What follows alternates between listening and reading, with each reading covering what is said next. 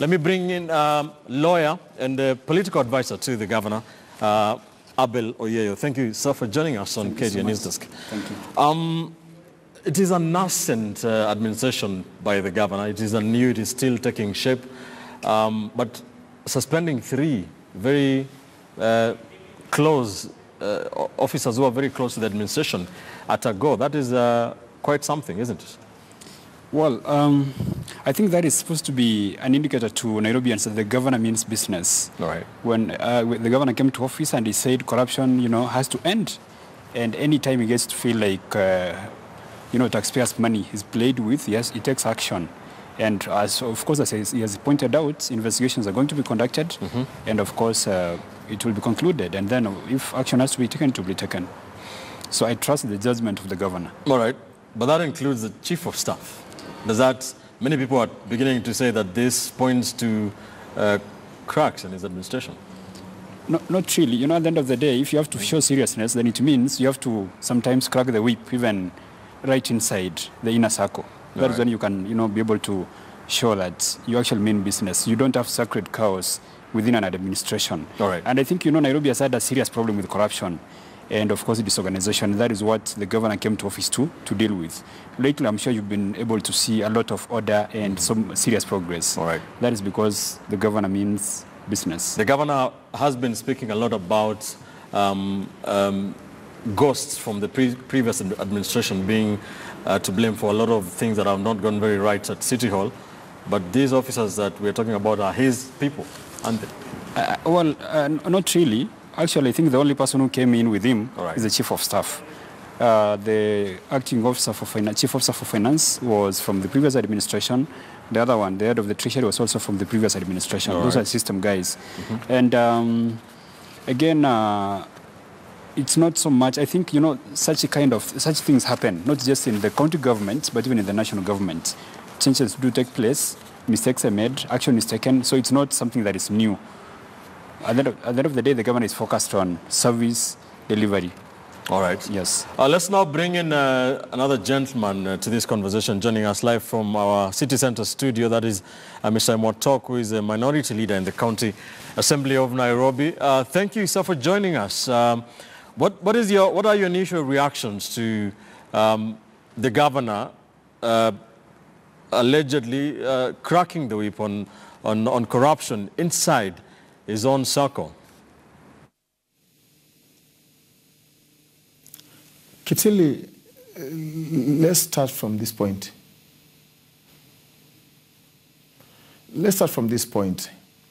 We must accept the reality. There's a problem in Nairobi City County government.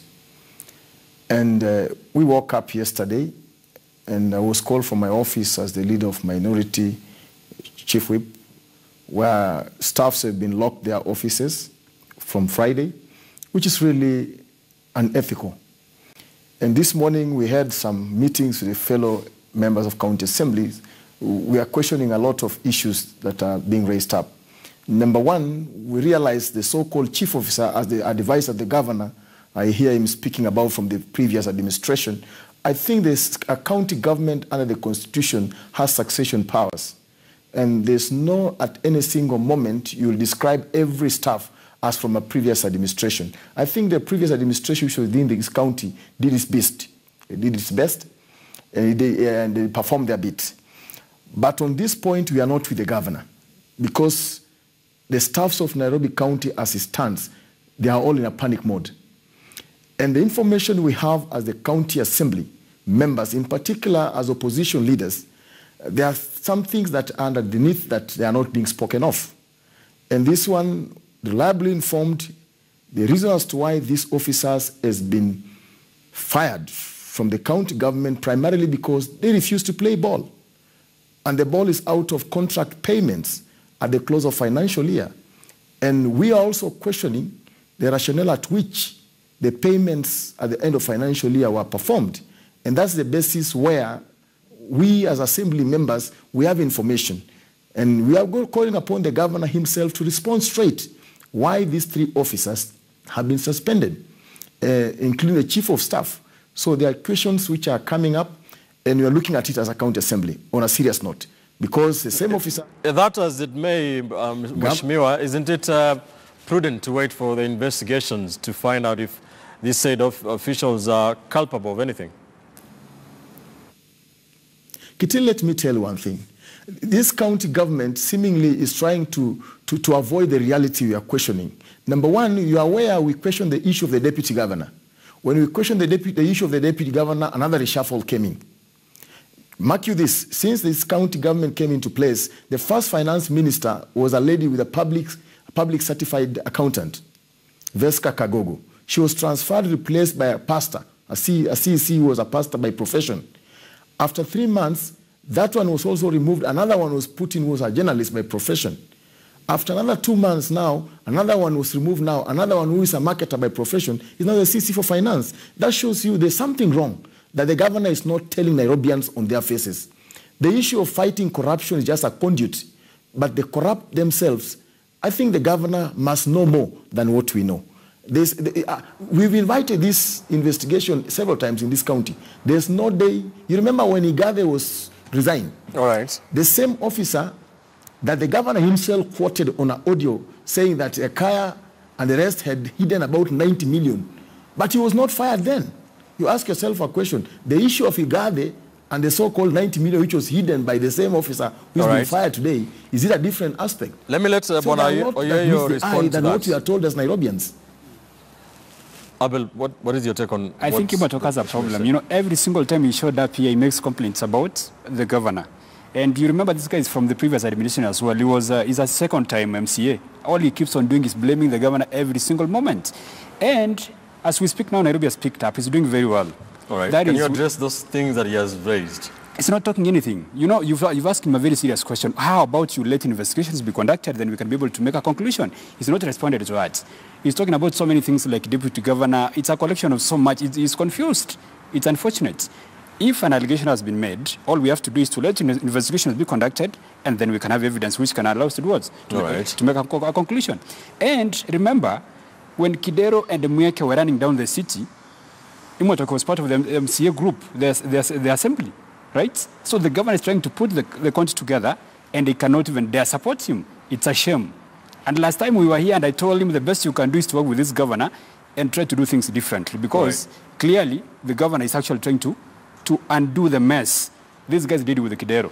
Let's talk about the reshuffle that Mheshimiwa is talking about. And it's another reshuffle. There was another one in February.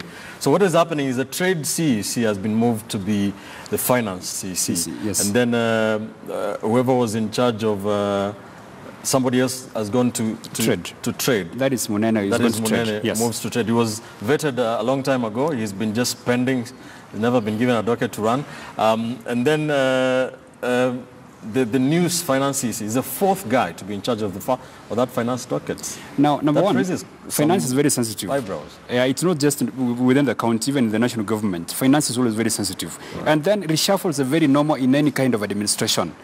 Once you get to realize that someone is not, functioning very well in a particular docket, it's just normal to do what? To move them to a different place. Instead of maybe sending them out something like that, take them to where the strength can allow them to do what? To deliver services maximally. So reshuffles are not new. I don't expect him to be complaining about reshuffles. In any government, you will find reshuffles. The frequency is not an issue. At the end of the day, there is the goal the governor wants to achieve. That is service delivery to Nairobians. And remember, the governor cannot just come out of nowhere and make a decision of reshuffling without a reason. That is it. He consults members of the assembly. They guide him. He consults advisors. He talks to the CC themselves. He has a cabinet, right? They consult, and then he makes a decision. So this is not... there have been reports of interference or meddling from State House, basically, in the Sonko's administration. So these reshuffles are not part of that? I don't think so. The governor is very independent. As I've always known him, he's a very independent person. He makes his own decisions. And you remember sometimes back the president came out and said there were some guys who were trying to say, let's dissolve Nairobi County, let's give it back to the national government. The president came out and said, stop dreaming. Nairobi County is not going anywhere. Right. So that was, I think, an endorsement of the constitutional requirement of the existence of Nairobi as a devolved unit. Yeah. Mheshimiwa Mutua, what is your take on the reshuffle? It is a fourth CEC in charge of finance. What do you think that alludes to? Yes. Let me tell you, Kitili, we now understand as Nairobians where really the problem is. If the likes of Ayeyo are advisors to the governor of this capital city, then this city going to the dogs. Because when we speak about the administrative position of the county is in limbos, we mean it. We just talked about Newton. I'm an appointment committee by virtue of the minority chief whip. We vetted Newton about 4 months ago. He's been reshuffled. When we vetted him in appointment committee, we vetted him as a CC for finance, not for trade. He's been reshuffled before even himself reporting to work. When you talk about the issues that you are raising, you are saying absentee governor, who is never in office, who is operating on WhatsApp. When you talk about the previous administration, let's face it, can Oyeyo tell me one aspect of any development agenda ever initiated by the current government, apart from completing the projects which were midway? When you go to Donholm Road, go to South B Road, these are programs which were there, which were ongoing. So what we are asking Oyeyo, if they are real advisors to the current governor, then Nairobi is in a mess. There's a problem and we must face it. The reshuffle which took place, I will say it on camera again, there's a problem. Because the information we have as honorable members, these officers refuse to solicit money from contractors to present to the Oyeyo and companies. This is the truth. And we are going to face it as Can you substantiate those things you're saying? Ask Nairobians, can we make decisions that are worth to be made as leaders? All right, much more. Can you substantiate all those claims that you're making? Oyeyo will come here and make a lot of noise on TV. We can't. This county must move forward. All right. All right, so I'll let Mr. Oyeyo respond to that, but I'm asking you, as a county assembly, do you have any issues with any of those county executives? No, we have issues. Number one, we say we support the governor when it comes to competency. If a CC officer is not competent enough and it comes before us as assembly which vetted and approved him, we will handle him. But we're also saying the governor should give the CC members, the chief officers, a free hand to perform their duties. There's no way, Mr. Kitili, honestly, a government, when you go to Slovakia, Slovakia is a country with 5 million citizens. Nairobi County has 4.5 citizens at night, 7 million citizens as a day. This is a country by itself within a country. It means, Kitili, you cannot micromanage every aspect. The essence of Oyeyo and companies trying to misadvise the governor that he can micromanage every aspect of the county is wrong. Look at roadshow decisions, like Chandarana decisions. All right. Oyeyo, the governor must have good advisors, not like jokers like Oyeyo as advisors of the governor. It's actually, stuff. I don't know what to respond to. I don't know what to respond to because I don't know what to respond to because he claims, number one, we have an absentee governor. Then he goes ahead to say the absentee governor micromanages stuff. When I'm absent, it means I've given you guys a free hand. So he's contradicting himself.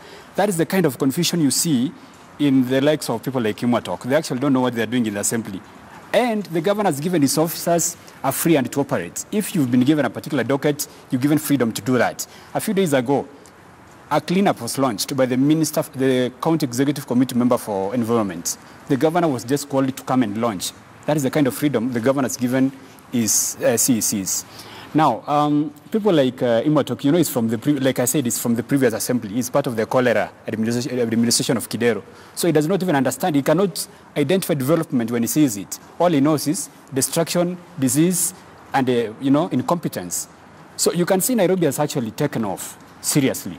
Nairobi is very clean. You can see projects which were given a lot of money, but the money was stolen by their administration, have been completed by this governor here within a very short time. He cannot even appreciate that. That is the problem. A few days ago, the governor increased the number of firefighters and the constables. He cannot appreciate that. That was a Sonko initiative.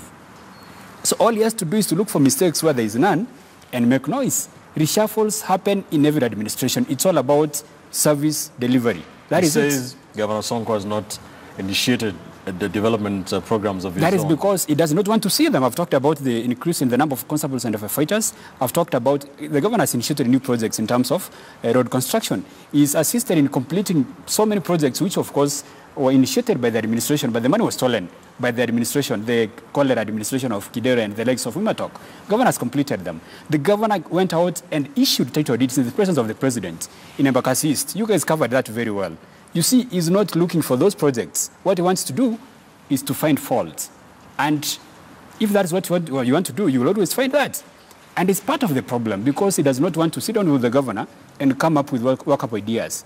He has to avoid politics of blame, politics of malice, and politics of dishonesty. If we play that, we'll get stuck.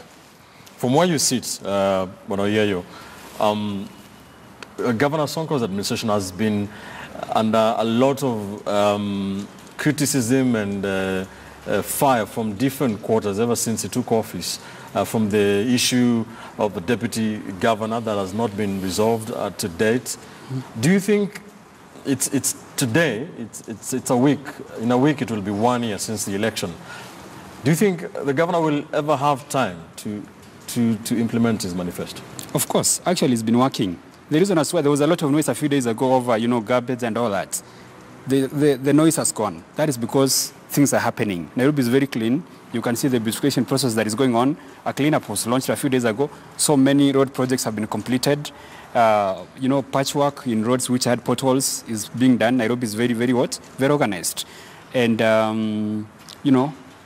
guys from Eastlands who didn't have title deeds were given title deeds. Nairobi is making tremendous progress. So the manifesto of the governor, as it was during campaigns, is being implemented. Now, noisemakers like Kimotok will continue making noise as the governor continues working. And, because of the kind of person the governor is, he's unique in his own way. He's always had, a penchant for service delivery. Right. Kenyans are used to seeing politics every single day.